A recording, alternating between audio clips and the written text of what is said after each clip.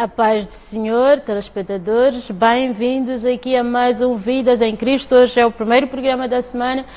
Segunda-feira iniciamos aqui com energias positivas. Deixem-me já saudar a todos vocês que se encontram aí do outro lado da tela. Corra para pegar o seu papel e a sua caneta para fazer as anotações, porque o tema de hoje vai ferver. Vocês aí em casa vão poder aprender muito a respeito deste tema, porque o convidado é aquela pessoa que fala e fala e fala e acrescenta mais alguma coisa. O convidado de hoje é muito mais do que especial. Quem quiser contactar é só ligar aí através do número 84 36 37 862. Deixe-me só repetir aqui, 84 36 37 862. Então, vá, partilhe o link. Nós estamos no canal TMT, posição número 37. Pode encontrar-nos também no Facebook em direto. Somos a JTVMZ no Facebook. Também estamos no YouTube. Somos a JTV Moz, e pode também aproveitar e seguir a nossa página aqui no Instagram. É isso. Desde já deixa-me correr para saudar o meu convidado super especial. A paz do Senhor Jesus Cristo seja contigo. Hoje em particular, que a paz do Senhor Jesus Cristo seja com o reverendo J.C. Maló. Muita paz, Amélia, muita paz, caro telespectador da JTV, muita paz ao povo moçambicano, muita paz a todos aqueles que amam a Cristo e que vivem de acordo à sua palavra, que Ele possa nos ajudar, possa nos dar a sabedoria, o entendimento e a graça de fazermos a abordagem deste tema de acordo à vontade do Espírito Santo para Moçambique. Eu gostaria de, particularmente, desejar muita paz e felicitar a todos os crentes que, nesta altura, que não estão a congregar, têm apoiado os seus pastores através de orações, mas também através das suas ofertas, dos seus dízimos. Infelizmente, eu tenho recebido alguns feedbacks dos meus colegas, que muitos que não, nesta época, não têm dado as suas ofertas, não têm contribuído para a obra do Senhor. Uau. E os pastores têm, aqueles que não trabalham, aqueles que dependem exclusivamente da ministração da palavra, têm passado algumas dificuldades por força disso. Mas você que é aquele que ama o seu pastor, que apoia, que está lá, e eu quero saudá-lo mesmo em nome de Jesus. É muito importante perceber que antes de nós sermos pastores, já estivemos também do outro lado, a maior parte de nós, não é? Eu me lembro pessoalmente, não vai me deixar mentir o meu pastor, presbítero Fumo, quando eu congregava na igreja dele. E eu lembro que nos finais do mês, quando eu saía para fazer o rancho para a minha casa, eu também fazia rancho para o meu pastor. Uau. E eu sempre tive o cuidado de amar os homens que ministram sobre a minha vida. Até hoje eu tenho um homem, que é o pastor Camilo Manissa, que tem me aconselhado. Eu tenho feito todo o cuidado de estar com ele, a perceber quais são as suas dificuldades e apoiá-lo naquilo que é preciso. É assim como nós servimos a Deus, não somente com a nossa presença, nossas orações, mas também apoiando economicamente. E tem-se dito que para saber se alguém é de fato convertido, temos que olhar para o bolso dessa pessoa. Se a pessoa não investe, a Bíblia diz que onde estiver o seu tesouro, lá também estará o seu coração. Onde você investe, onde você ama, é onde está o seu coração. Mas infelizmente é uma parte, é uma área que muitos crentes não gostam que seja tocada. É por isso que, se você quer saber onde é que tem as pessoas mais carenciadas, mais pobres, mais necessitadas, vá para a igreja. É o sítio onde tem os maiores problemáticos financeiramente, precisamente porque eles não entendem da dinâmica desta lei da semeadura. As coisas funcionam diferente para quem está no reino de Deus, para quem está fora do reino de Deus. E no reino de Deus, dentro do reino de Deus, a coisa funciona através do dar. Infelizmente, muita gente não percebe e vai para a igreja para orar: Deus me abençoe, Deus... Não, essa parte não leva a oração. Essa parte é semear. Aquilo que você coloca é aquilo que você recebe. Amém. Amém. Amém. Bom, já perceberam aqui, só pela introdução, que ele já falou tudo mais alguma coisa. Mas agora nós, depois deste ensinamento sobre a semeadura, nós já vamos voltar aqui para tocar no nosso tema do dia. Certo. É por isso que eu disse mesmo que a paz do Senhor Jesus Cristo seja com o meu reverendo aqui hoje, porque este tema vai aquecer. Só para elucidar aí os nossos telespectadores, nós hoje vamos falar da posição da igreja perante as decisões do governo. Olha só, a posição da igreja perante as decisões do governo. Então, logo puxamos aqui para saber qual é a posição da igreja perante a decisão do governo nesta época, neste período aqui da pandemia. Certo. Então, eu primeiro vou questionar aqui já ao meu reverendo qual a diferença entre a igreja e o governo. Há muita diferença, de fato. Deixe-me só fazer, às vezes, assim, algum abstrato e contextualizar aqueles que estão aí em casa em relação ao tema. A igreja, antes de mais, se eu tivesse que fazer uma definição muito rápida e não muito concreta, entanto, para a palavra eclésia como tal, mas eu poderia dizer assim, de forma geral, para quem lê a Bíblia, que vai entender que a igreja é o povo de Deus. Amém. Como igreja, sendo este o povo de Deus, estes também são os filhos de Deus. No entanto, quando a gente fala de filhos de Deus, nós precisamos de recuar um pouco para antes mesmo da criação da igreja e percebemos o contexto desta filiação de Deus para com o seu povo, que não começa necessariamente com a filiação de Deus para com o homem como tal. Deus, sendo Ele um ser omnipotente, omnisciente, omnipresente, a sua essência divina o leva sempre à adoração. O que faz de Deus Deus é porque Ele é digno de ser adorado. Ninguém pode ser adorado se não tem seres que o adoram. E é nesse contexto que Deus, Ele compõe as suas hostes celestiais, Ele vai criando primeiramente os anjos com o intuito destes o adorarem. No entanto, quando nós falamos de adoração, a adoração precisa de ser perfeita. Uma adoração, ela necessita, para que de fato seja uma adoração, é necessário que haja um livre-arbítrio, entendimento, é necessário que haja entrega, tem que ser de coração, tem que ser algo criado genuinamente. E aí eu até posso dizer que entra o primeiro dilema na criação dos anjos. É que Deus, criando os anjos, ele percebe que se os cria sem um livre-arbítrio, eles até poderiam adorá-lo, mas seriam como se fossem robôs. E Deus não pode ser adorado por robôs. Foi necessário que Deus colocasse a sua essência nestes anjos, e essa essência visava o livre-arbítrio para que os anjos pudessem decidir adorá-lo ou não adorá-lo. Sempre que tu colocas o livre-arbítrio, tu tens este risco, seja no contexto da criação dos céus, seja no contexto da igreja, em qualquer que for o contexto, quando tu dás autoridade a alguém de decidir fazer ou não fazer, há um risco percentual de decidir-se por não fazer. Foi o que aconteceu nos céus. Alguns dos anjos decidiram que não deveriam adorar a Deus, que deveriam seguir Lúcifer na agitação e rebelião que houve no céu. E correndo com isto, estes anjos, a terça parte desses anjos caem. A questão que muita gente coloca por vezes é, se Deus ele é todo poderoso e tudo mais, por que Ele não estancou isso? Precisamente por causa deste livre-arbítrio. Deus, o plano divino é que Ele está neste momento criando uma hoste, um grupo de adoradores que lhe vão adorar em espírito e em verdade e em sinceridade. Para tal, é preciso separar o trigo do joio, daqueles que o fazem do coração, daqueles que não o fazem do joio. Então, o livre-arbítrio ele sempre fez parte do plano de Deus, sabendo ele, Deus, que alguns não o seguiriam.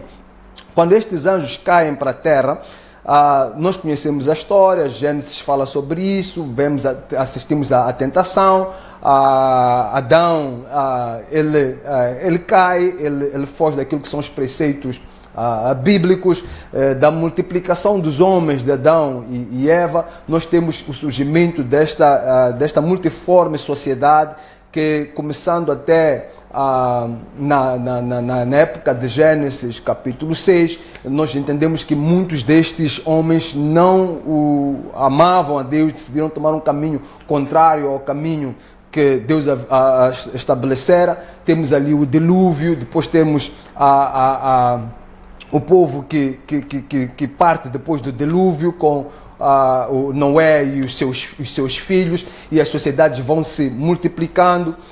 Temos a Torre de Babel, temos ali a separação de línguas, e nós vamos percebendo neste contexto todo que há uma componente ali muito importante, que é a componente poder. A componente poder, e definimos poder na sua definição clássica. Esta palavra poder é a capacidade de influenciar. Okay? Então, neste contexto de poder, capacidade de influenciar, nós encontramos alguns homens mais poderosos que outros, que vão influenciando estas sociedades, vão criando ali grupos de populações que se unem, e eles vão se unindo até para se proteger dos perigos, dos vários perigos que existiam. E dentro deste contexto há uma necessidade destes grupos que se encontram de buscar uma adoração, de alguém a quem deviam adorar, um ser a quem deviam venerar, e por aí fora. Percebemos que dos povos que se separam, nem todos têm um entendimento de quem é Deus, até porque este entendimento foi passando de boca em boca através de Adão e Eva. Mas, por exemplo, na geração de Caim, do povo que surge da geração de Caim, eles foram se afastando cada vez mais da adoração a Deus, foram buscando outras formas de adorar, e daí nós entendemos que o mundo foi se enchendo de idolatria, de presenças de deuses ou espíritos que eram adorados de forma contrária à vontade de Deus, e aí estas sociedades foram se fortalecendo à volta destes deuses. Quando a gente entra para a história de Abraão, nós percebemos que Deus, sondando a terra, percebe que há ali um potencial em Abraão, e a Bíblia diz que ele era de acordo, ou melhor, a Bíblia diz que Abraão creu e isso lhe foi imputado por justiça. Deus faz uma abordagem, assim por dizer, muito ousada a a Abraão, e Abraão abraça essa abordagem. Ele sai da parentela dos seus pais sem saber para onde iria, mas ele vai seguindo a palavra de que Deus haveria de lhe dar uma terra que emana leite e mel, e ele vai seguindo a voz de Deus. E de Abraão nós temos todo o contexto dos filhos de Abraão, Isaac, Jacó, e por causa da promessa que Deus faz a Abraão, que podia ter sido até um Coça, podia ter sido até um Tembe, mas foi Abraão que naquela altura tinha o coração para adorar a Deus, e deste homem Deus forma este povo que depois desce para o Egito, cai numa terra também de idolatria, e nesse contexto de idolatria Moisés é levantado e Moisés retira o povo da escravidão, e Deus vai dando instruções a como é que este povo deveria andar através das leis que são estabelecidas por Moisés.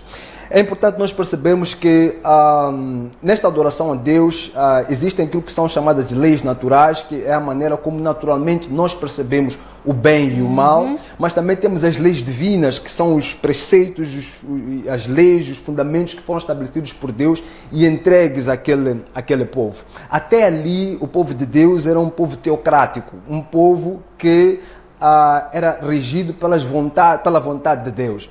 Nós vamos acompanhando pela história que na sequência disso, Moisés, Josué, depois morre Josué, entram os juízes, e o último juiz é Samuel. No contexto de Samuel, a Bíblia diz que os filhos de Samuel, eles se afastam daquilo que era a vontade de Deus, e o povo começa a rebelar-se. Vai até Samuel e diz: olha, tu já és velho, nos dê um rei. Okay? Samuel fica contrariado com aquilo, e ele começa a dizer: mas olha, por que vocês precisam de um rei? Nós temos um Deus que nos diz para onde é que nós devemos ir. E o povo diz: não, as outras nações à volta de nós têm um rei. Por que só nós é que não temos um rei? Na verdade, naquela época eles tinham ali a arca era como se fosse uma cadeira que eles carregavam de um lado para o outro, para onde passavam, e as nações à volta de Israel zombavam do povo de Deus de certa maneira. Diziam que eles tinham uma cadeira sem ninguém sentado. Quando eles tinham ali os moloques, os deuses idólatras e tudo mais, eram potentes, estátuas enormes. Diante dos olhos humanos, realmente era algo, digamos que ridículo. Alguém andar com uma cadeira que as outras pessoas não conseguem ver, quem lá se encontra, é no mínimo uma atitude parva. Exatamente, a adoração a Deus é o Deus invisível, não é? Nós sabemos que não há templos capazes de conter o nosso Deus, a amplitude, o poder e a magnificência deste nosso Deus não são contidas em esferas humanas, é muito complicado, até porque o povo de Deus, quando da visitação de Deus, o próprio povo estremeceu com o tremor do Monte Sião, e aquilo pega fogo, e as trombetas, e aquela magnificência toda de Deus, e o povo foi dizendo: não, Moisés, segue tu, nós não vamos nem sequer nos aproximar desse monte. Na verdade, até Deus tinha dito que se tocassem no monte haveriam de morrer. Deus é poderosíssimo em toda a sua essência, que é muito difícil descrever a Deus, e este relacionamento de Deus com o homem também se torna complexo por causa disso, e Deus ele vai procurando maneiras de se comunicar com o homem de maneiras a que ele perceba essa essência e esse poder de Deus. Então, nós estamos a responder essa pergunta, eu estou a chegar lá. Nunca foi a vontade primária de Deus que o povo escolhesse ou procurasse um rei, mas o povo assim o quis. Fala com Samuel, e por causa do livre-arbítrio, mais uma vez, Deus permite que Samuel ceda em relação àquilo que era a demanda que o povo fazia. Mas é uma escritura muito importante que nós devíamos ler, que está em Samuel capítulo 8, 1 Samuel capítulo 8, que é a advertência que Deus dá em relação aos reis, como é que estes reis haviam de tratar o povo, não é? Então eu vou aqui ler a partir do versículo 11. O rei que reinará sobre vocês reivindicará como seu direito o seguinte: ele tomará os filhos de vocês para servi-lo em seus carros de guerra e em sua cavalaria, e para correr à frente dos seus carros de guerra. Colocará alguns como comandantes de 1000 e outros como comandantes de 50. Ele os fará arar as terras dele, fazer a colheita, fabricar armas de guerra e equipamentos para os seus carros de guerra. Tomará as filhas de vocês para serem perfumistas, cozinheiras e padeiras. Tomará a vocês o melhor das plantações das vinhas e dos olivais e dará aos criados dele. Tomará 1/10 dos cereais e das colheitas das uvas e o dará aos seus oficiais, a seus criados. Também tomará de vocês para o seu uso particular os servos e as servas e o melhor do gado e dos jumentos, e tomará de vocês 1/10 do rebanho, e vocês mesmos se tornarão escravos dele. Naquele dia vocês clamarão por causa do rei que vocês mesmos escolheram, e o Senhor não os ouvirá. Todavia o povo recusou-se a ouvir Samuel e disse: não, queremos ter um rei, seremos como todas as outras nações, um rei nos governará e sairá à nossa frente para combater as nossas batalhas. Depois de ter ouvido tudo o que o povo disse, Samuel repetiu perante o Senhor, e o Senhor respondeu: atenda e dê-lhes um rei. Então Samuel disse aos homens de Israel: volte cada um para a sua cidade. Está a ver? Este desejo do homem de não ser guiado por Deus e ter um rei que seguisse à frente das pelejas. Veja só que até aqui quem seguia à frente das pelejas deste povo era Deus. Deus era o Deus dos exércitos, era o Deus que comandava, era o Deus que dava ali a todos os ditames do funcionamento do povo, quando é que eles deviam se levantar, quando é que eles deviam se deitar e por aí em diante. Eles consultavam a Deus e Deus era com eles. Ali eles querem um rei que tome a dianteira. O que nós aprendemos é que quando vamos mais adiante, os reis, maior parte dos reis que são ali, que governam aquele povo, não seguiam Deus, não ouviam a palavra, eram rebeldes, cometiam muitos erros, apesar de Deus não ter afastado do conselho dos reis, profetas, sacerdotes e outros conselheiros que pudessem ajudar o rei a tomar as decisões corretas. Maior parte dos reis eram reis que se seguiam por um coração duro, de forma muito carnal, e levaram o povo a muitas caídas. Isto ele vai até a época de Jesus Cristo, ainda estamos na época dos monarcas, quando mais ou menos isto vai mudando de cenário, quando de fato se pensa que tem que se mudar o cenário, os reis não devem tomar todos os ditames de uma nação. Esta mudança de paradigma começa mais ou menos na Revolução Francesa. A Revolução Francesa, em que na França houve, isto foi no ano 1789, a partir de 1789, quando há ali uma revolução e os franceses eles tinham uma composição na sociedade que era de mais ou menos 0,5% era o clero, os sacerdotes, e maioritariamente eram sacerdotes católicos, porque nesta altura o catolicismo é que estava no seu auge. É importante aqui notar que o catolicismo ele surge por volta dos anos 400, durante a morte e ressurreição de Jesus Cristo, até mais ou menos os anos 400, o cristianismo ele foi se espalhando através daquilo que era a autoridade bíblica, através dos apóstolos e depois através dos cristãos que foram propalando a palavra, mas depois aí há um rei chamado Constantino que ele decide mudar o paradigma, porque até ali os romanos atacavam os cristãos. Mas o que percebia-se é que quanto mais se perseguia atrás dos cristãos, quanto mais se oprimia os cristãos, mais eles cresciam. Constantino, na sua intelectualidade e esperteza, ele decide reverter o cenário e ele cria uma igreja do Estado. É por isso que a igreja chama-se Igreja Católica Apostólica Romana, porque ele cria a igreja romana e ele começa a fazer acordos com os bispos que existiam na altura, de maneira que pudesse dar a estes poderes e liberdades de agirem em nome da igreja. Portanto, a partir dali, entra-se numa fase muito difícil da história universal, que é considerada pela história como a Idade das Trevas. O que acontece ali é que quando começa essa proibição de leitura bíblica, e quando estivermos na hora do intervalo, tu podes me pedir para eu interromper, que eu interrompo e dou continuidade. Não. Então, entrando aquilo era chamado de a época ou a Era das Trevas, em que quando se proíbe a leitura bíblica, toda a evolução científica e de conhecimento filosófico, por aí em diante, fica ofuscada e o mundo ele entra em letargia, ele entra em retrocesso. Na verdade, o catolicismo ele trouxe proibição de leitura bíblica através da proibição de interpretação da Bíblia para outras línguas, tinha que ser apenas lida pelos sacerdotes, no caso concreto os padres, tinha que ser em latim, que era uma língua pouco propalada e muita gente não percebia o que se dizia, não era incentivada essa leitura bíblica.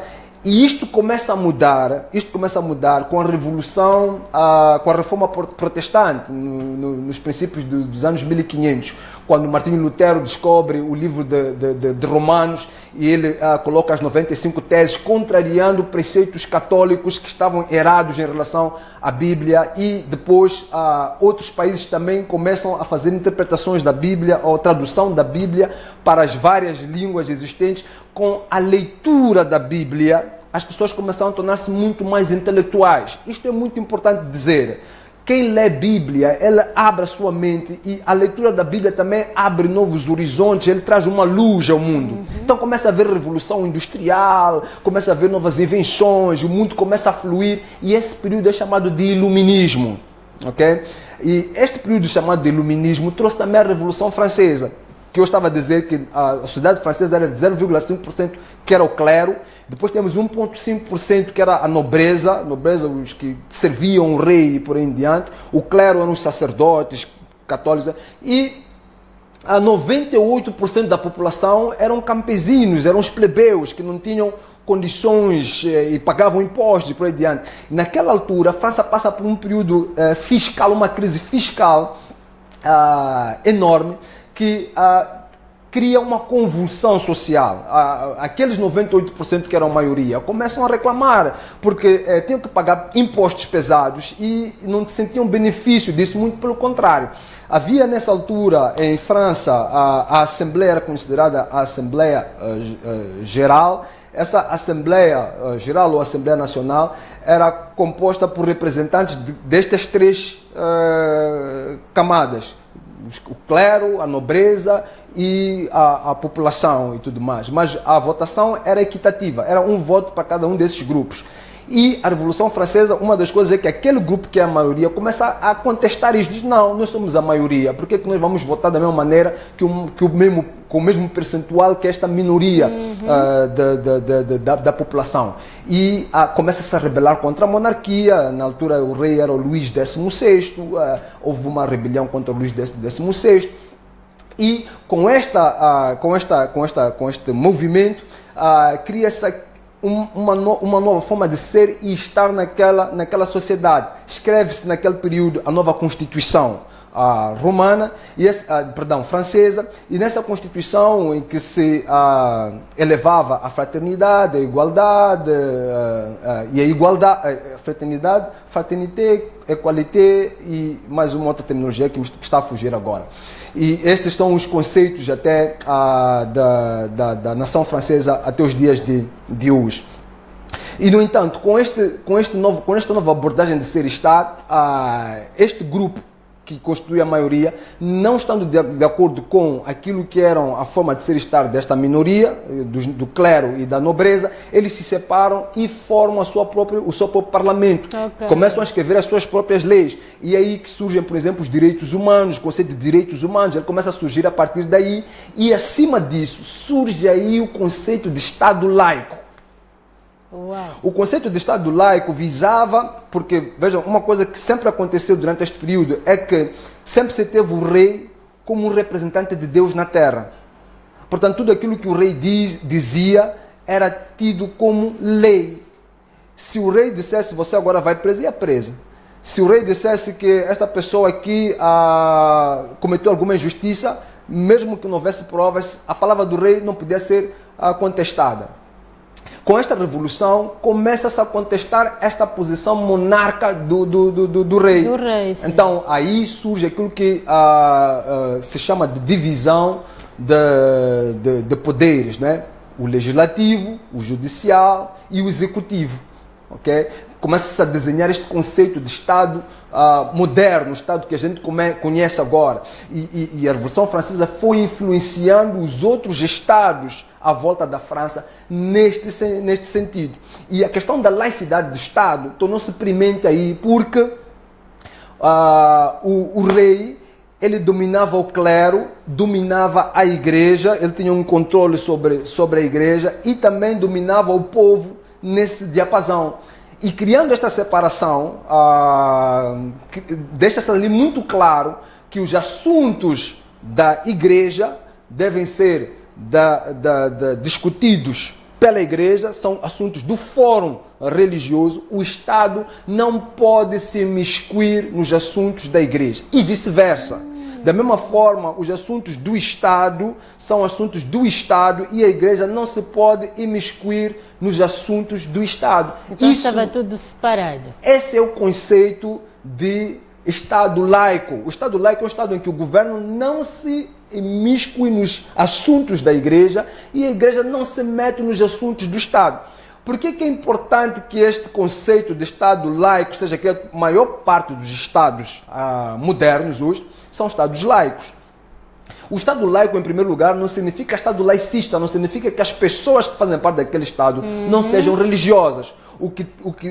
Apenas significa que na esfera governamental ou nas decisões governamentais, o Estado respeita o direito de cada cidadão professar a sua religião e vice-versa. Se o rei é católico, não significa que toda a população tem que ser católica. Você tem o direito de ser o que você quiser, protestante, ateu, monoteísta, politeísta, sincretista. Você pode ser o que quiser. Tens espaço nos assuntos do Estado, desde que você não traga estes para se imiscuírem nas mesmas. É importante isto porque houve sempre uma apetência por parte do Estado de se meter nos assuntos da igreja. Por que há sempre esta apetência? Por causa daquilo que eu comecei no princípio, o poder. O poder faz com que os governos, aqueles que governem, queiram controlar os assuntos de Deus. Ok? Porque, de facto, há poder na igreja, há poder na espiritualidade. O homem, ele é feito de corpo, mas ele também tem espírito. E esse espírito precisa de ser alimentado. Esse espírito tem um exercício, tem os seus encontros, tem o seu fluir com Deus. Daí, esta apetência dos Estados se meterem neste diapasão. E a Revolução Francesa começa a trazer esta divisão muito bem clara. Aliás, começou também com a Reforma Protestante, porque a Reforma Protestante já foi colocando ali, diminuindo alguns poderes do Vaticano, que eram em demasia em relação aos reinos que ali existiam. Outra coisa é que... Deixa-me só lhe cortar aí. Sim. Nós voltamos aqui para continuar a explicar-nos, porque eu estou aqui... De onde vem tanto conhecimento, meu Deus. Nós vamos observar aí nosso primeiríssimo intervalo. Voltamos dentro de alguns instantes. Não saia daí.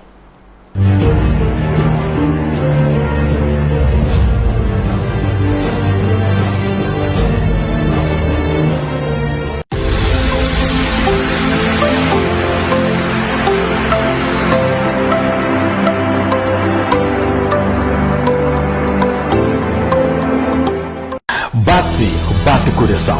Eu sou Sérgio Carlos Manique, o padrinho dos corações apaixonados.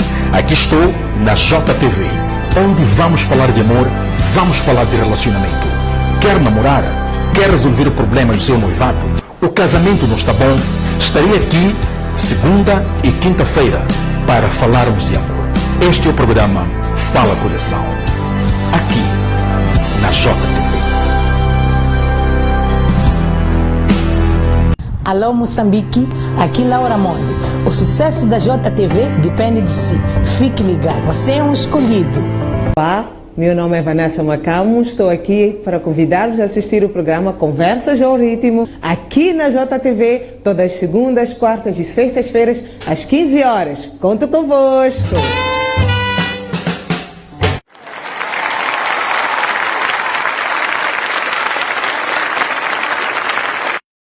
Eu sou carvão e tu arrancas-me brutalmente do chão e fazes-me tua mina, patrão. Eu sou carvão e tu acendes-me, patrão, para te servir eternamente como força motriz. Mas eternamente? Não, patrão. José Craveirinha, na barra do verso. Aqui, onde um verso forma o universo. Olá, eu sou Lázia Langa, estou aqui para convidar-te a acompanhar as programações da JTV através das plataformas TMT Posição 37, Facebook JTV-MZ e YouTube JTV MOS. Fique ligado e acrescente aos seus dias mais qualidade e emoção. We are on!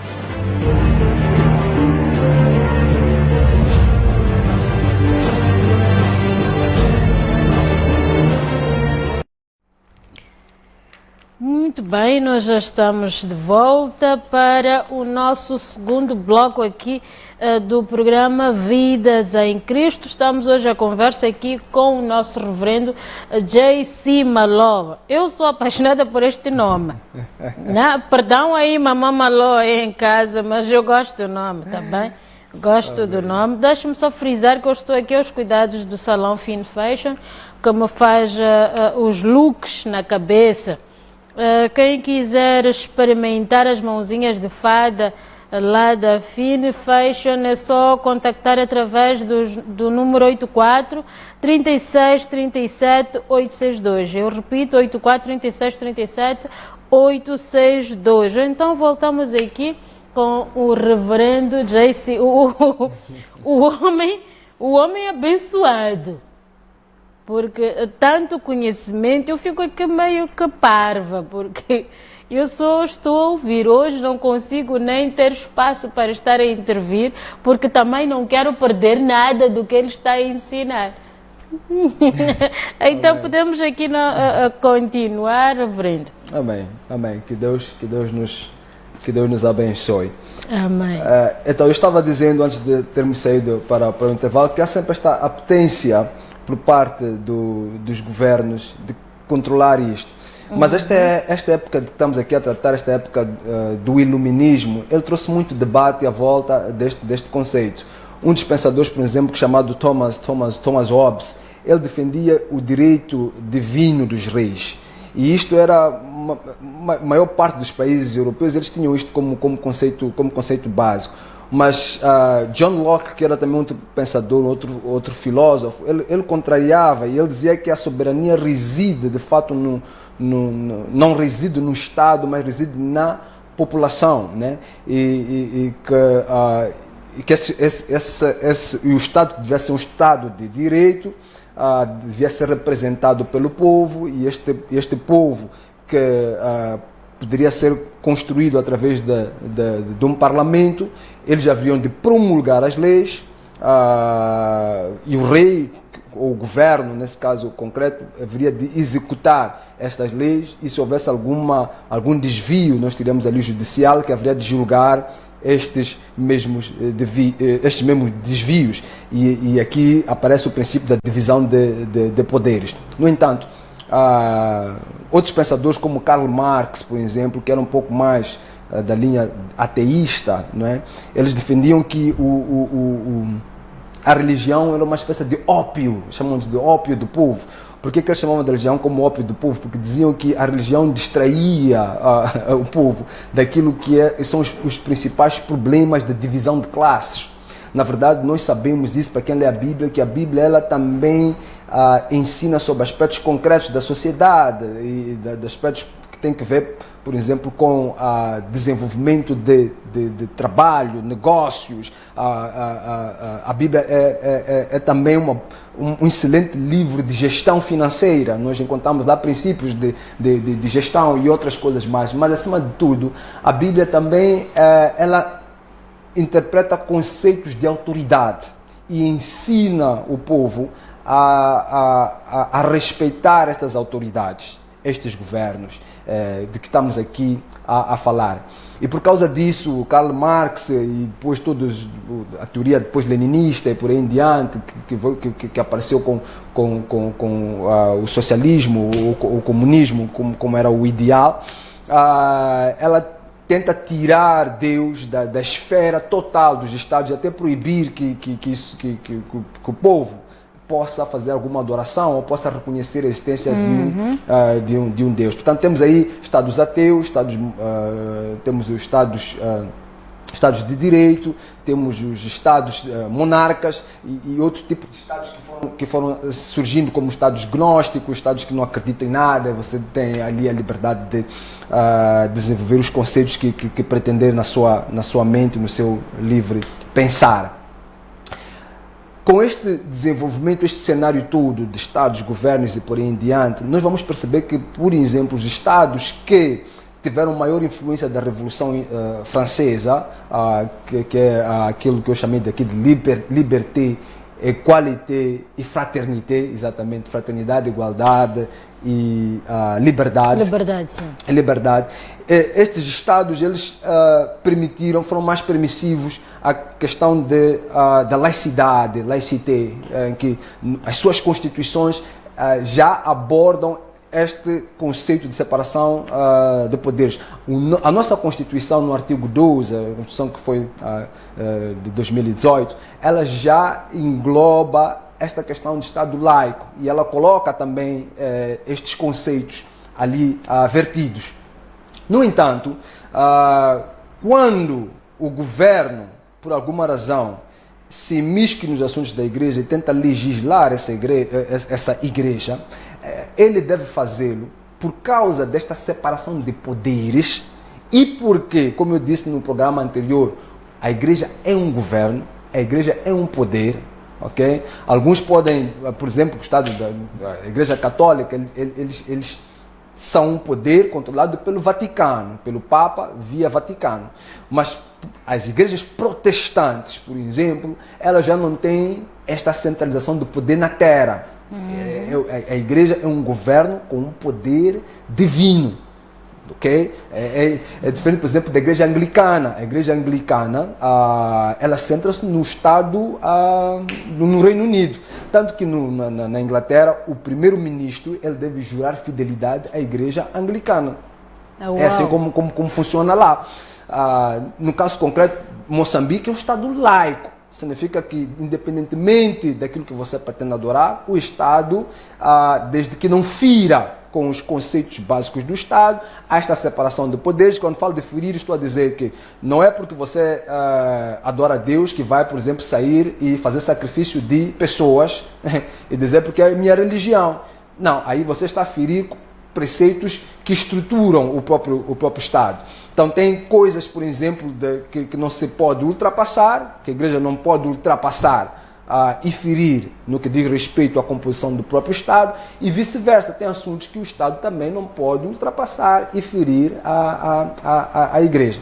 Então, quando nós assistimos que o Estado ele está ultrapassando os seus poderes, está entrando nos assuntos, legislando, por exemplo, conceitos básicos, porque se nós olharmos para o artigo 12, por exemplo, que diz que as igrejas eles têm a liberdade de seguirem com os seus rituais religiosos, eles têm essa liberdade de o fazer.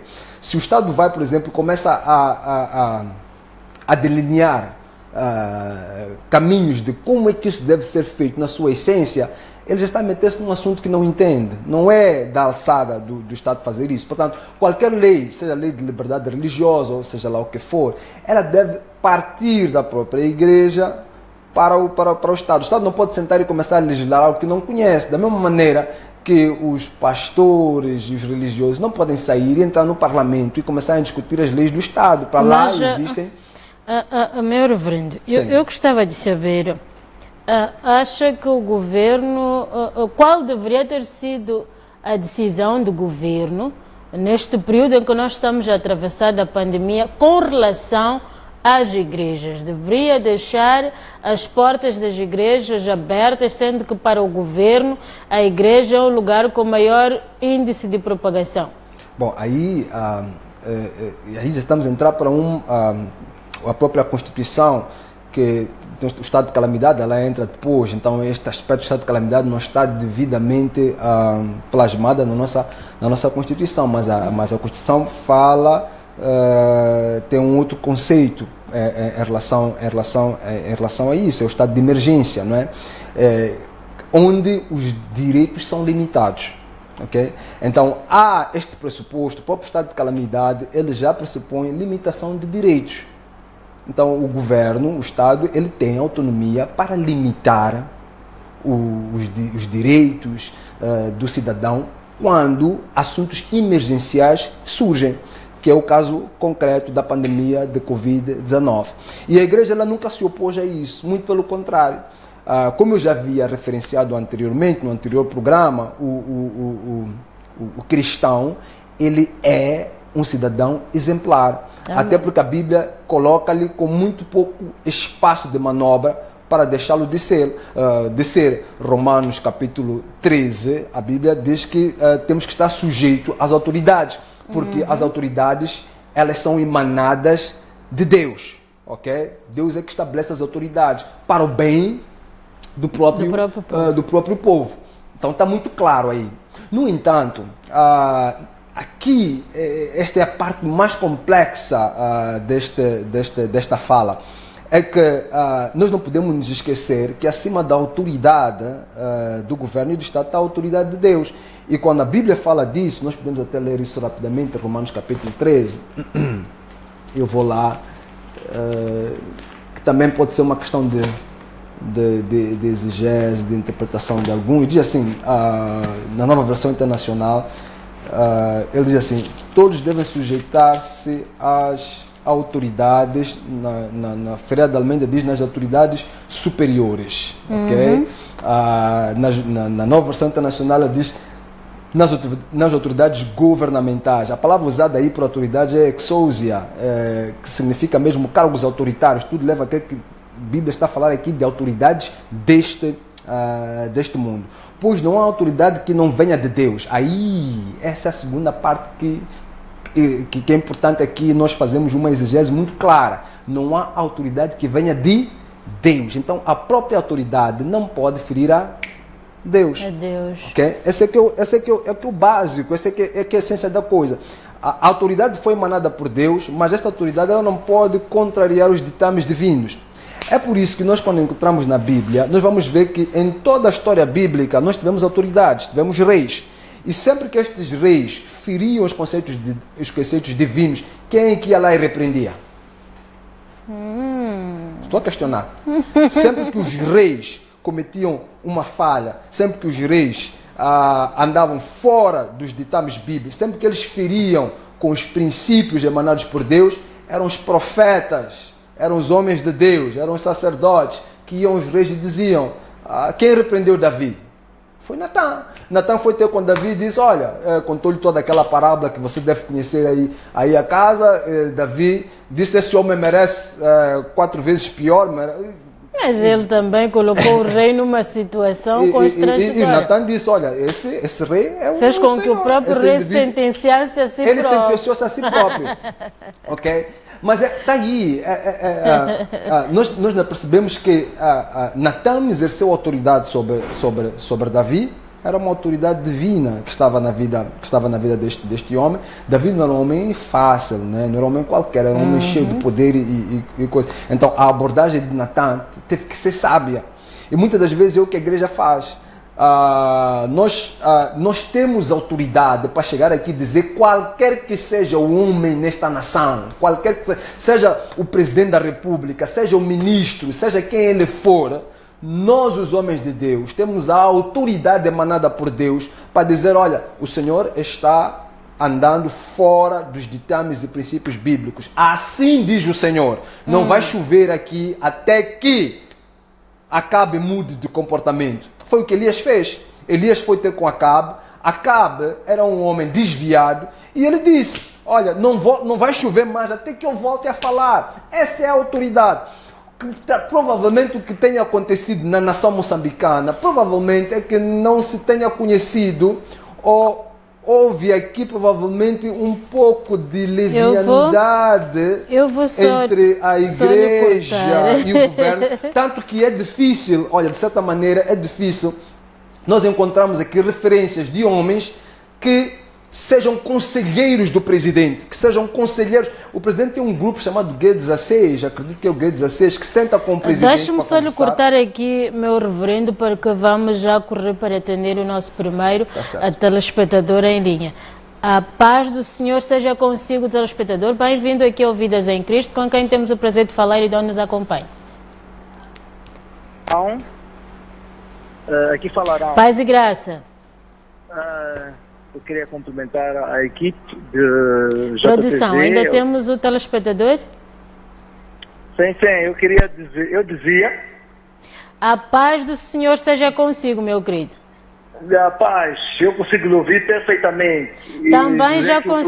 Também já consigo lhe ouvir. Com quem tenho o prazer de falar e de onde nos acompanha? Aqui fala Arão. Meu querido Arão, sempre o primeiro. Bem-vindo. Qual a sua contribuição ou qual a sua questão aqui para o nosso reverendo?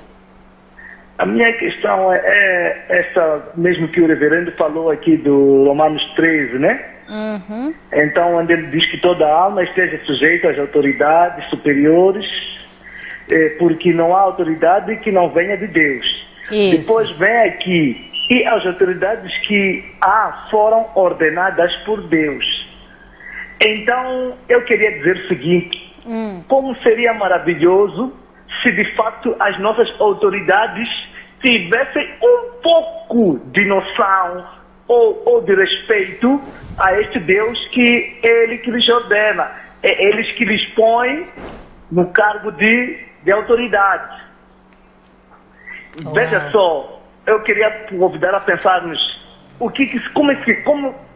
como seríamos felizes se os nossos líderes soubessem que eles devem, quer dizer, que eles estão a trabalhar para um povo, mas também foram colocados por Deus.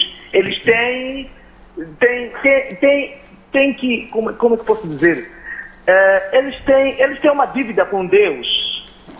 Então é da opinião que as nossas autoridades deviam honrar a este Deus que lhes colocou nesta posição. Sim, porque eles só oram os homens e prontos. Ele é presidente para os fatos e para o resto, mas nada para Deus.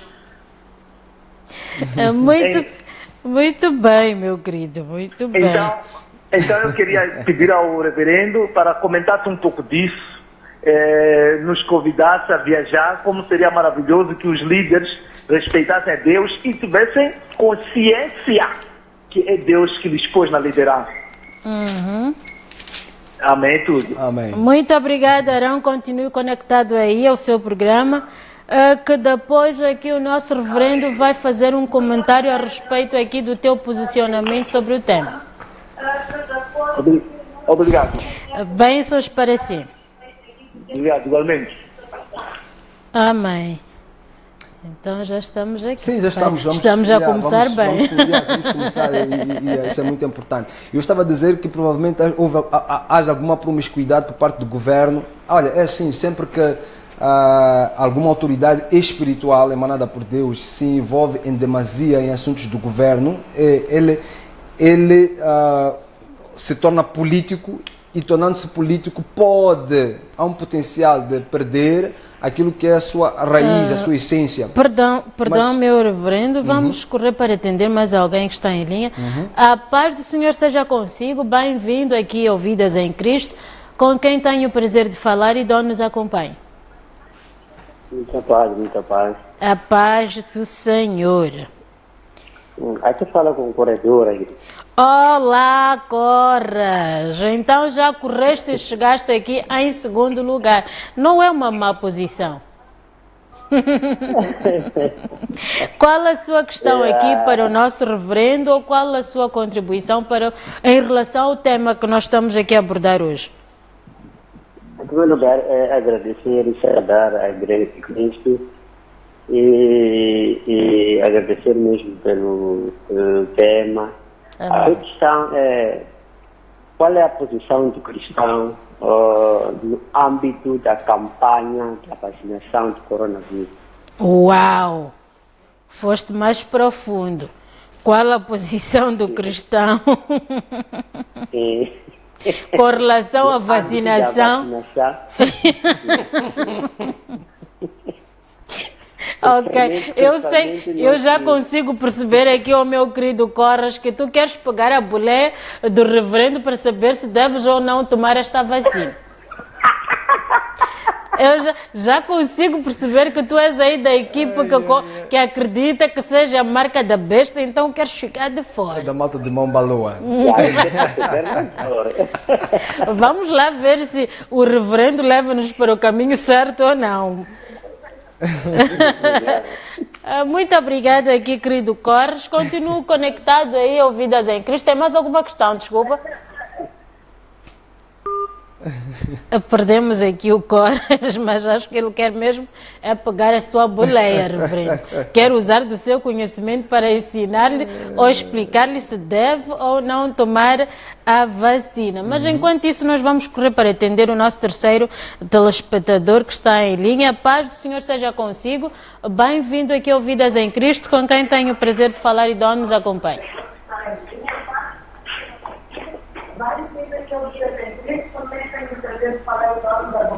Paz e graça. Altino no bairro do Infulene. Altino de Infulene. Sim, eu só queria saber. Sim, pode falar, meu querido.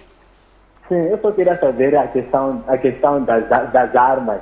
Uma vez que eu já entrei na internet, eu queria saber a questão das armas. Uma vez que eu já entrei na internet e tinha que os demônios que construíram as armas. Eu queria saber, porque há muito tempo o povo hebreu andava com espadas, setas, muita coisa. Essa dúvida que eu tenho. Quer saber a respeito das armas, é isso? Sim. O que as armas têm? Eu não estou a perceber muito bem. Não, eu só queria saber. Eu já entrei na internet e vinha lá. Se calhar é lícito um cristão ter arma, alguma coisa parecida com isso. Ok.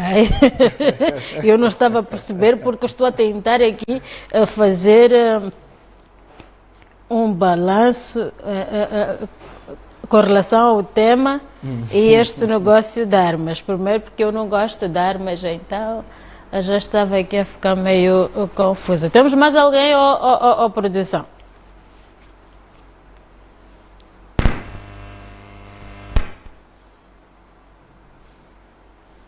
Produção?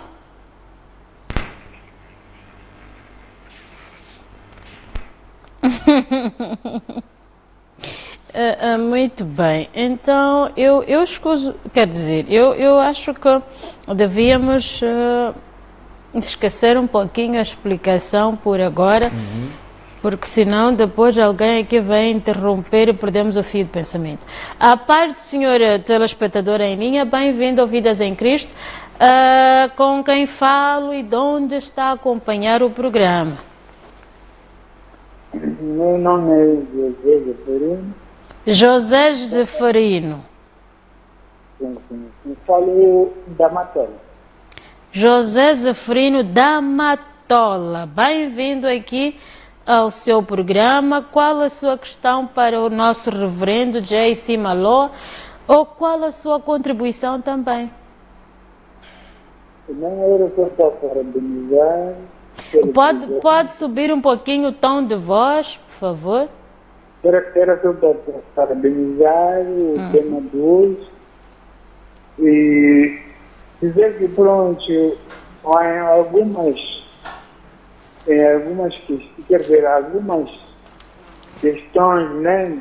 Há certo momento em que as religiões, por exemplo, acabam se apagando e se é um tema do governo não aparece nem dar opiniões nem sugestões. Então, essa parte às vezes eu digo que as igrejas falham um bocadinho, mas apenas tenho visto um bocadinho a igreja anglicana, por exemplo, tem contribuído. Mas, por exemplo, a Assembleia de Deus não, nunca vi. A igreja católica às vezes sim. Mas então existem as outras igrejas que às vezes na intervenção do governo não se faz assim. Mas será que estas igrejas têm um espaço no governo para falar alguma coisa? A opinião de uma igreja sempre é válida, né? Para o governo. Se um dia levantam, vão interagir ou pedirem questão, acho que o governo pode ceder. Pode, sim, porque não é diferente de um cidadão qualquer. Uma instituição religiosa, acho que tem merecido muita atenção. Muito bem, meu querido. Eu já percebi aqui o seu posicionamento. Tem mais alguma questão? Tem alguma questão, aí é para contrariar, mas não é para aborrecer o nosso convidado. Não, ele é uma pessoa muito centrada, não vai se aborrecer. A minha questão é o seguinte: quando alguns vão fazer ensino bíblico, quer dizer, o maior fator, porque de todos, quem dá opinião às vezes fala da Igreja Católica. Todos, no geral, cristãos, falam da Igreja Católica. Será que não existem outras igrejas que possam, pelo menos, criticar? Porque não existem Deus, tem uma Assembleia de Deus, existe a Assembleia de Deus no sétimo dia, isso é a Assembleia de Deus no sétimo. Mas essas igrejas, qualquer debate na televisão, ou de um protestante, por exemplo, a tendência é só falar da não falta pôr o nome da Igreja Católica. Mas a pergunta é, será que a Igreja Católica é que já errou bastante nesta terra, por exemplo? Essa é a minha pergunta. Bem, ótimo, já deixou ficar aqui a sua questão, mas eu aqui sentada não percebi em momento algum o nosso reverendo criticando a Igreja Católica. Mas eu entendi a pergunta dele, vou responder se tiver Mas, tempo. ok. Muito bem.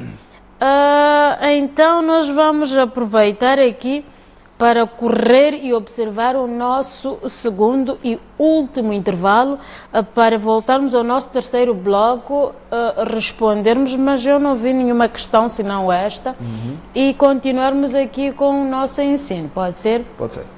Ótimo. Então não saia daí, nós voltamos dentro de alguns instantes. Até já.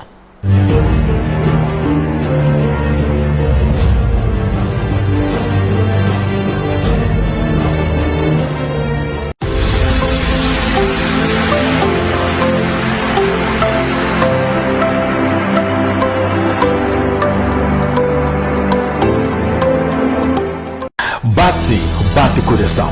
Eu sou Sérgio Carlos Manique, o padrinho dos corações apaixonados. Aqui estou na JTV, onde vamos falar de amor, vamos falar de relacionamento. Quer namorar? Quer resolver o problema do seu noivado? O casamento não está bom? Estarei aqui segunda e quinta-feira para falarmos de amor. Este é o programa Fala Coração, aqui na JTV.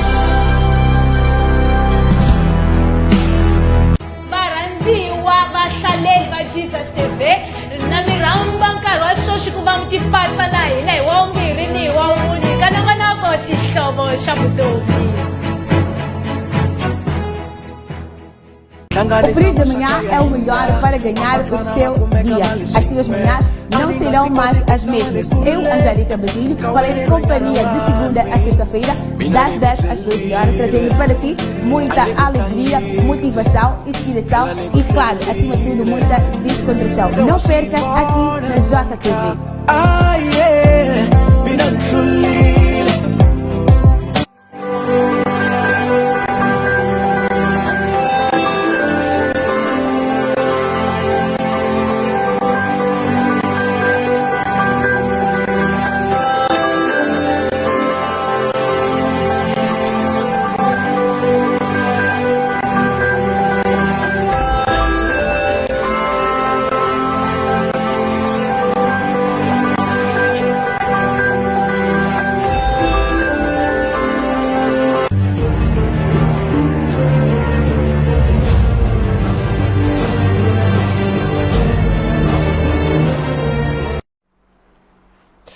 Muito bem, já cá estamos de volta para o nosso terceiro e último bloco aqui do vosso programa Vidas em Cristo.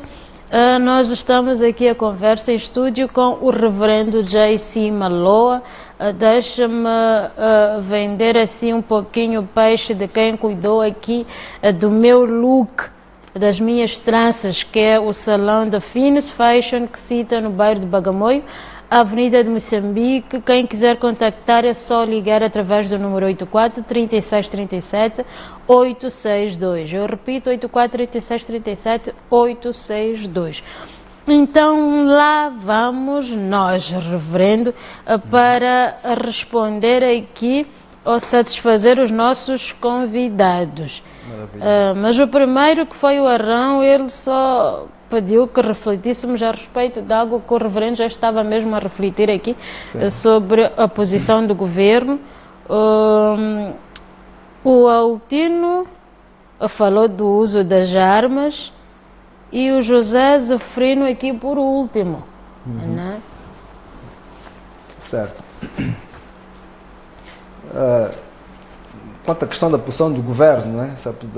Da posição do governo, estávamos mesmo a fazer essa reflexão, de facto, e estamos a dizer que provavelmente tem havido durante muito tempo alguma promiscuidade da igreja. Quando eu falo da igreja, estou a falar dos líderes religiosos na sua abordagem com o governo. E note, como nós aqui fizemos menção, sempre que a igreja ela aborda ou ela se comunica com o governo, com os reis e por aí em diante, é para trazer aquilo que é a posição de silêncio, a posição de silêncio de Deus. E muitas vezes os governos, e nós vimos lá quando estávamos a ler Samuel, quando Deus foi explicando o que o rei iria fazer, os reis extrapolam o seu âmbito de governação e criam problemas de desestabilidades sociais. E é papel da igreja corrigir esses excessos. Portanto, nunca vai ser... a igreja, ela funcionaria ou deveria funcionar como uma espécie de auditor externo do governo, ok? Trazendo aquilo que é o padrão, não necessariamente estando dentro da estrutura, mas trazendo aquilo que é o padrão, aquilo que deveria ser, o modus vivendi ideal. E esta posição não é fácil, porque os pastores, os profetas, os evangelistas, os presbíteros e por aí em diante são pregadores da palavra.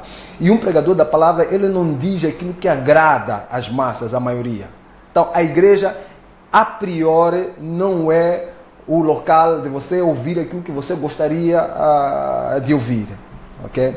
Então, é daí onde provavelmente tenha existido esta promiscuidade.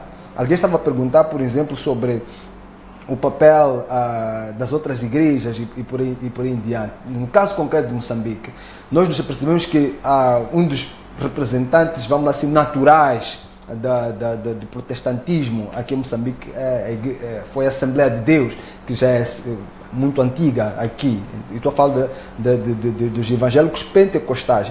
Eles nunca estiveram dentro da estrutura, por exemplo, que foi criada por Samora Machel para dialogar com o governo, que era o grupo dos 16, que acho que começou com 8, depois subiu para 16. Eles têm esse privilégio de sentar com o governo, até porque eu fiquei sabendo que está-se a reestruturar esse grupo, quer-se fazer com que seja mais amplo e haja mais vozes lá que possam falar e comunicar com o presidente.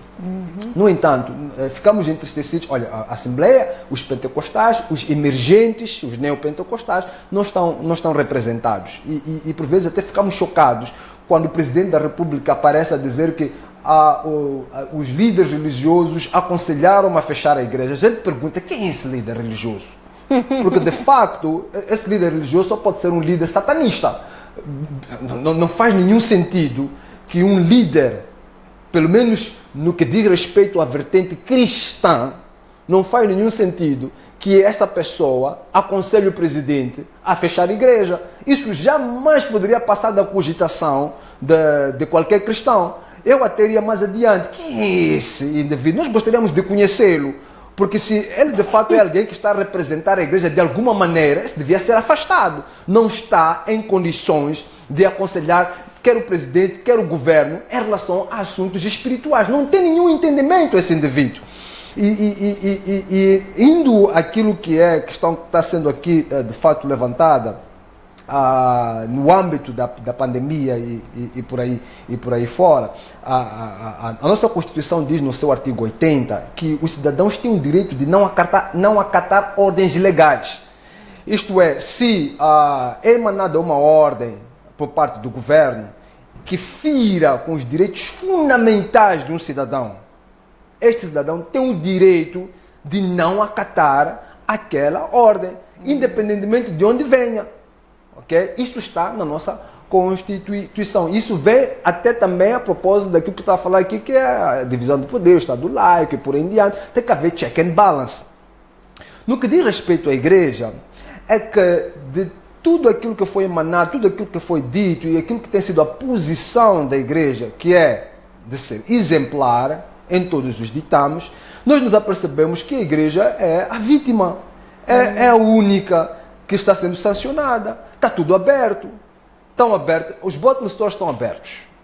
Até às 13 horas, pelo menos, estão abertos. Estão abertos os chapas, estão todos apinhados. Estão abertas as mercearias, estão abertos os restaurantes, está aberto o futebol, está aberto a escola. Está tudo aberto.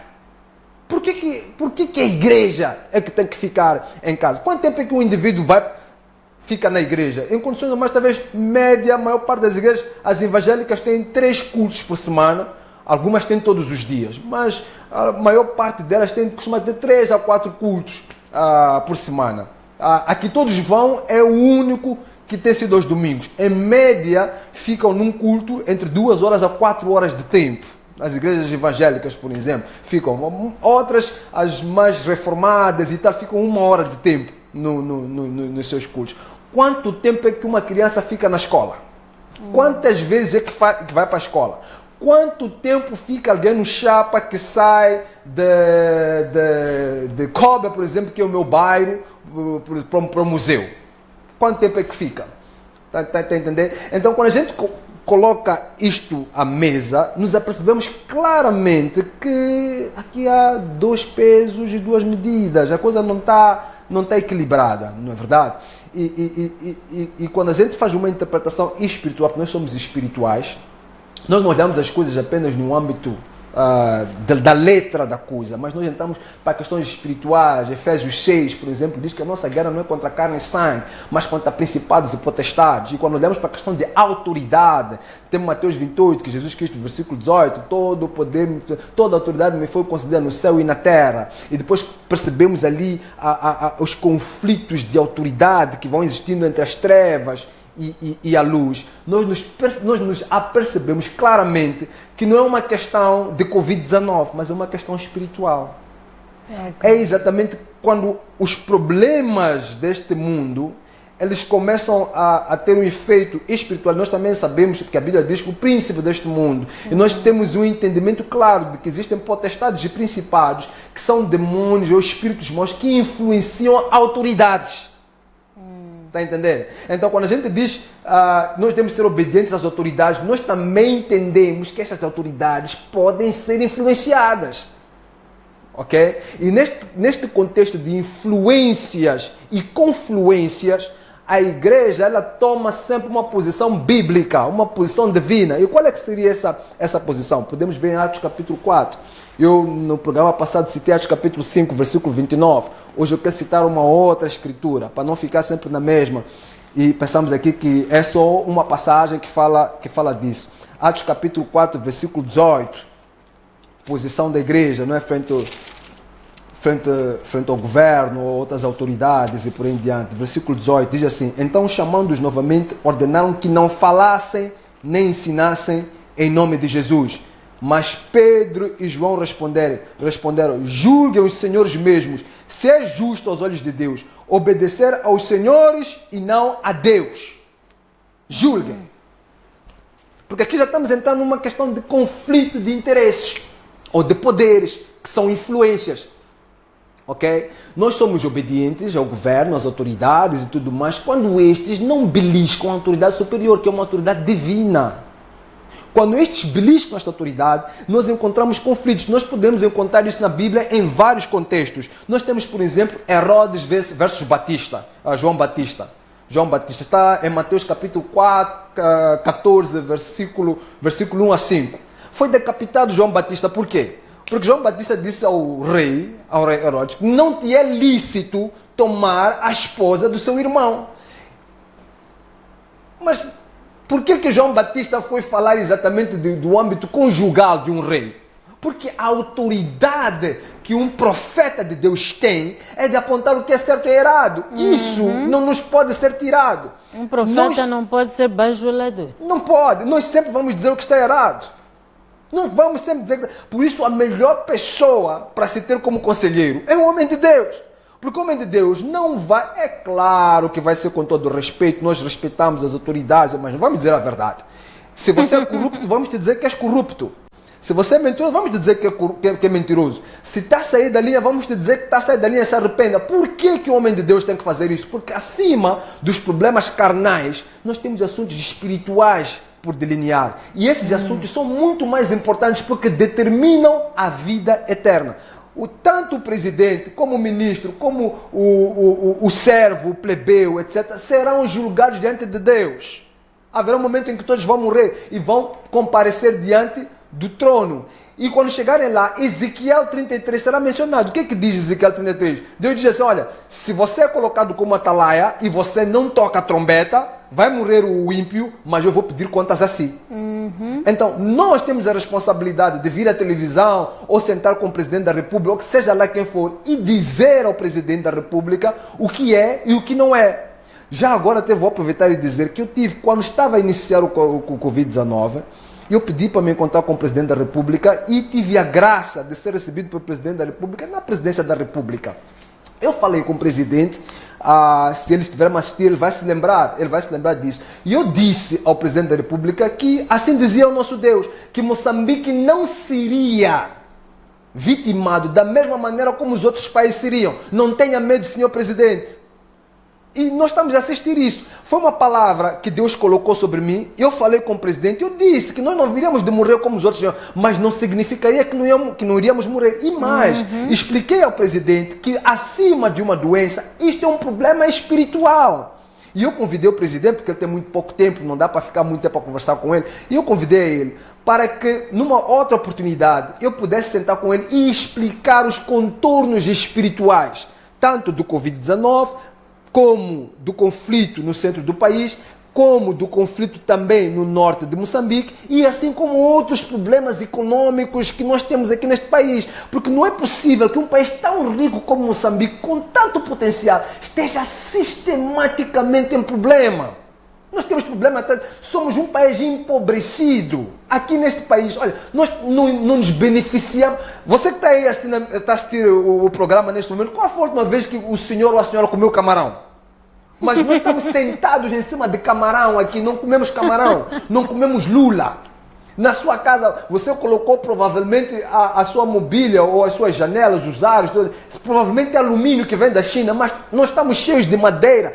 A madeira, quanto é que custa aqui neste país? Carvão, quanto é que custa carvão? Mas nós temos moatize, temos energia elétrica, quanto é que custa? Temos caurabaça, quanto é que custa energia elétrica? Arroz, quanto é que custa arroz? Aqui nós não comemos arroz que vem de choco, é aqui, não comemos. Aqui de choco, não conseguimos comer. Mas são coisas nossas, nós temos tomate, cebola, você vai para Niassa, temos maçã, deliciosa, gostosa, feijão que sai de Niassa, você come isso.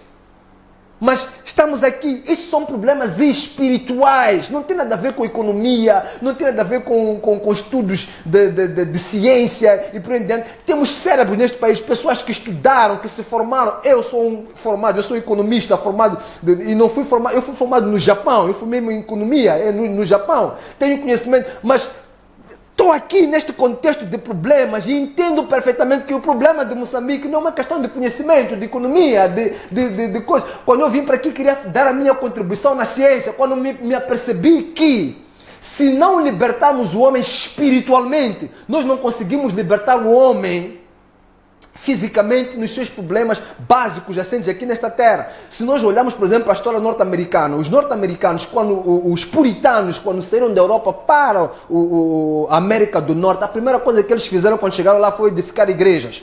Depois de edificar igrejas, começaram a edificar fábricas, indústrias e prosperaram. Agora que eles estão a tirar Deus do contexto daquela nação, Estados Unidos está a decair, está a ter problemas. As crianças vão para a escola e começam a dar-se tiros, matam-se. Prostituição, veja Hollywood, é um sítio problemático, é prostituição que não termina. Por quê? Porque eles estão a retirar Deus daquela... A Europa, onde nós falamos aqui de reforma protestante e tudo mais, foi o centro do iluminismo, deste crescimento todo, deste boom. Hoje, o que é a Europa? A Europa está a ter problemas seríssimos economicamente. São guerras conflitos que estão a surgir ali. Tem problemas de afirmação, tem problemas de identidade, ok? Por quê? Porque quando Deus não está no controle de uma nação, quando não é Deus que está regendo esta nação, os problemas espirituais destroem todo tipo de prosperidade. Japão, que eu cito onde eu disse que estudei, é um dos países mais ricos que existem. Um dos países mais ricos, o terceiro mais rico do mundo. E é o país com maior índice de suicídio. As pessoas tiram a sua própria vida.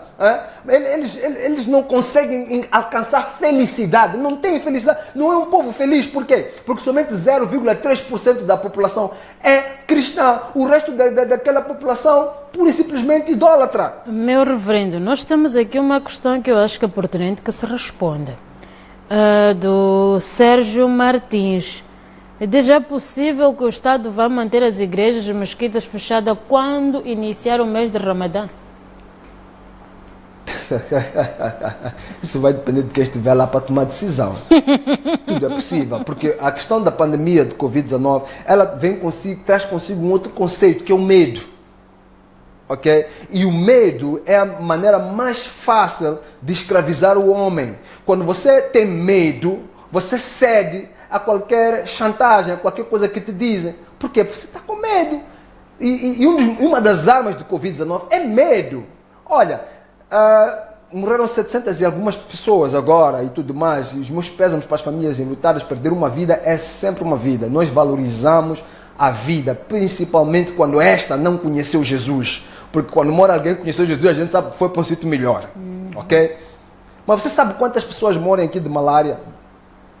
De tuberculose? Quantas pessoas morrem? Diariamente morrem 118 pessoas. Diariamente morrem 118 pessoas de tuberculose. Mas como não aparece nos mídias, como os números não são ditos e tudo mais, o conceito de medo não está lá. As pessoas não têm medo de tuberculose, as pessoas não têm medo de malária, as pessoas estão vendo normalmente tudo isto.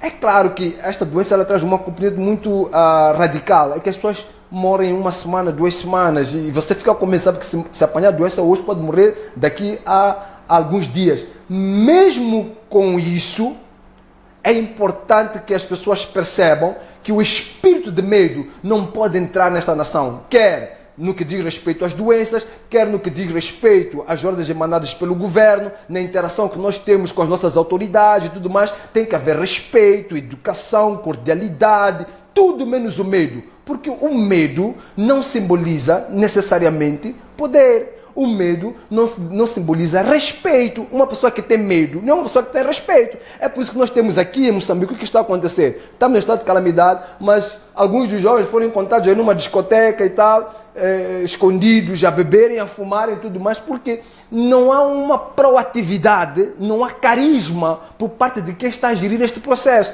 Mas se houvesse carisma, o distanciamento seria feito naturalmente. Não era preciso nós entrarmos aqui a extremos. As pessoas haviam de perceber. O Japão, que eu falei dele aqui, por exemplo, não decretou estas medidas até hoje. E estão a viver normalmente. E a economia está a andar. Nós somos pobres e temos que reduzir a fluidez da nossa economia, com todas as consequências que isso tem, pura e simplesmente porque nós temos medo e, piorando a situação, nós fechamos a única instituição neste país capaz de retirar o medo das pessoas, que é a igreja.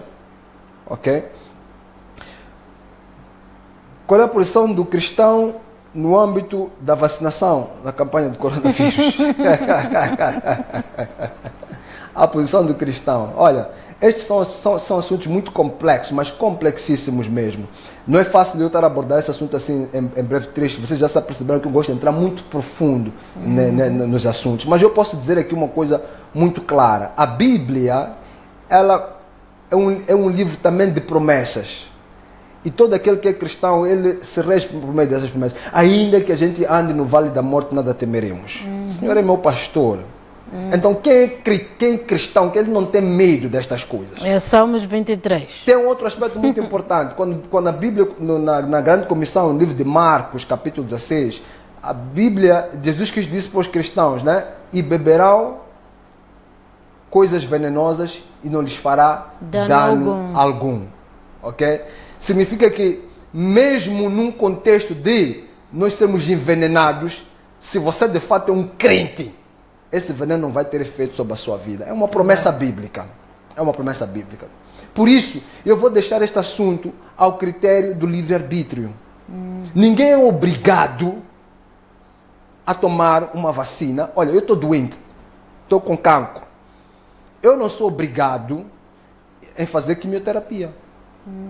Eu posso decidir combater o meu cancro de uma outra maneira. Mas querendo, eu posso fazer a quimioterapia. É o meu livre arbítrio. Então nós não podemos entrar nessa esfera, nós como igreja, nós não podemos entrar nesta esfera de querer impor às pessoas o que devem, o que não devem fazer. Nós lançamos aquilo que são os preceitos bíblicos, não é? Os prós e os contras, as promessas bíblicas sobre a vida da pessoa, mas a fé das pessoas varia. Romanos 14. Temos crentes dentro da igreja que têm uma grande fé. Provavelmente eu sou daquele que tem essa grande fé, que diz que, olha, podem me colocar a vacina aqui, mesmo que essa vacina seja problemática, não vai me fazer mal. Mas tem irmãos lá que não têm a mesma fé. Então nós precisamos respeitar esses irmãos que têm fé, assim como aqueles que têm pouca fé. E por causa disso a Bíblia diz que não podemos discutir assuntos controversos. Este é um assunto controverso. Então eu não posso chegar aqui na televisão e começar a ditar aspectos que têm que ver com a minha crença e a minha fé. Porque eu posso fazer outros irmãos pecarem, posso fazer outros irmãos caírem. Eu deixo isso ao critério do livre-arbítrio das pessoas, de acordo à sua... 4 minutos. Bom, posso tentar. Okay. A questão de armas, é melhor entrarmos num... Para falarmos disso, temos que fazer um tema sobre esse aspecto. Mas quando a gente faz uma leitura bíblica rápida, e não explicando, mas dando rapidamente, não há nenhuma proibição de um cristão portar arma. Um cristão pode portar arma. Aliás, nós vimos na Bíblia que Pedro ele tinha a sua espada, e a espada naquele tempo era uma arma. Então não há nenhuma proibição de portar arma. Depois temos a questão de uso dessa arma, como é que ela deve ser feita e tal. Então isso é um estudo que começa no Antigo Testamento, porque já Deus falava sobre isso.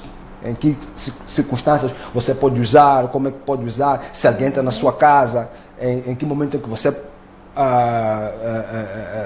mata essa pessoa e é culpada, ou mata essa pessoa e não é culpada. E a Bíblia já fala sobre isso.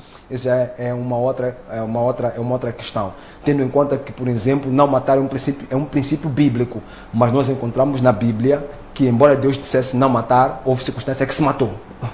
Então, leva muito estudo, temos que tirar um tempo para falar sobre isso. A Igreja Católica, ela jogou um papel muito importante na história universal, como igreja e como Estado. E durante muito tempo, como eu disse, da Idade das Trevas, em que esta teve controle, ele controlava a maneira que as pessoas deveriam adorar a Deus. Então, é quase que impossível nós falarmos de história e pela opressão. A Igreja Católica ele foi responsável por um grande movimento opressivo contra qualquer pessoa que pensasse fora das normas estabelecidas nos concílios da Igreja Católica. Então, a Igreja Católica torturou muita gente, degolou muita gente, matou muita gente, perseguiu muita gente, cometeu muitas atrocidades. Então, para que a gente perceba alguns conceitos presentes e futuros, nós precisamos de fazer esta análise histórica. E a Reforma Protestante veio mesmo para mudar este status quo. E esse status quo era baseado no quê? No catolicismo que dominou durante muito tempo a religião cristã. Tendo em conta que muitos dos preceitos do catolicismo não são bíblicos, não estão plasmados na Bíblia, mas foram homens que sentaram e decidiram: agora vamos adorar Maria, agora vamos colocar estátua, agora vamos batizar crianças, agora, enfim, são várias coisas que fazem com que seja importante fazermos esta análise do catolicismo e da importância que teve na construção de reis e na interação destes reis com a população, como eu havia aqui explicado. Não necessariamente nas suas crenças e por aí em diante, que também temos opiniões bíblicas fundamentadas, mas também por ser um Estado com papel essencial e preponderante na dinâmica dos Estados de interação com Estados. Muito bem, nós já estamos mesmo na reta final. Em um minutinho pode fazer aqui em jeito de fecho, dar uma palavrinha aí ao povo lá em casa em jeito de últimas considerações. Certo. Olha, não é sábio, eu já disse isso em algum momento, não é sábio um governo se posicionar contra a igreja. Nós vimos isso, e eu estava aqui até fazendo menção de João Batista versus Herodes, temos Paulo versus Agripa, temos Pedro no Sinédrio, temos Pedro também com Herodes. Sempre houve clivagens entre a igreja e os governos que foram se formando. A igreja é o melhor aliado para trabalhar com o governo. Então, vamos deixar com que a igreja funcione, trabalhe. Vamos deixar com que ela tenha o seu espaço e realize os seus cultos. O que está a acontecer aqui, eu volto a repetir, no contexto moçambicano, é grave. Moçambique é o único país da região que as igrejas estão em lockdown. Se nós estivéssemos lá do alto e víssemos as lâmpadas espirituais de África, Moçambique é a única nação que tem a sua lâmpada apagada. Não é sábio essa posição. Deixem as igrejas funcionarem. Deixe as igrejas pregarem, trazerem a luz nesta nação, curarem as enfermidades. Eu disse aqui que foi por uma palavra de Deus que Moçambique está com números que tem. Deus pode mudar, pode reverter este cenário. Deus pode fazer isso. Então vamos deixar Deus trabalhar. Vamos deixar com que as igrejas elas estejam a fluir. Vamos deixar com que os pastores estejam orando pelo presidente, pelo governo, por esta nação. Permita isso, senhor presidente. Permita isso, ministros e todos aqueles que têm posição de autoridade nesta nação. E eu não digo isto, é muito importante que também se diga isto. Nós não somos, a igreja não é uma confederação de futebol, etc. Para nós irmos atrás do presidente, eu vi uma carta, não acabei de ler antes de vir para aqui. Houve um grupo de pastores que fez uma carta e ali, eu li metade, não terminei de ler, mas é como se estivessem, a igreja não precisa de pedir favor ao governo para cultuar. Uau, e nós não estamos aqui a dizer, por favor, abram as igrejas. Nós continuamos a orar, a louvar a Deus e a fazer tudo aquilo que Deus nos mandou fazer. Quando nós interagimos com o governo e dizemos que está errado o que vocês estão a fazer, é que nós percebemos que haverá consequências. E por causa daquilo que Deus tem colocado em nós temos a obrigação de dizer ao presidente da República, não faça isso, é um erro. Ao ministro, não faça isso, é um erro. Permita as pessoas adorarem a Deus. Porque só assim é que esta nação vai prosperar. Só assim é que essa nação vai atingir outros patamares. A Coreia do Sul, por exemplo, foi por causa das igrejas que se transformou numa das nações mais prósperas do mundo. É um país que adora a Deus, o cristianismo está lá em força. E eles testemunham isso, a posição da igreja. Eles podem dar testemunho do quão, por causa das orações da igreja, a nação prosperou. Hoje andamos de Hyundai aqui e de Kias, por causa da igreja. Abraça a igreja, governo de Moçambique, e permita com que esta nação possa, de fato, ser uma nação próspera e para Deus irá toda a glória. Muito obrigado. Muito obrigada aqui mais uma vez pela sua presença, reverendo Jacy Maló. O nosso programa Vidas em Cristo fica por aqui com a promessa de voltarmos amanhã, quando forem sensivelmente 18 horas, para mais uma edição. Estaremos amanhã com o irmão Nelson, abordando aqui o tema sobre a morte e a ressurreição de Jesus Cristo. Até lá, muito obrigada pela sua audiência. Deus abençoe.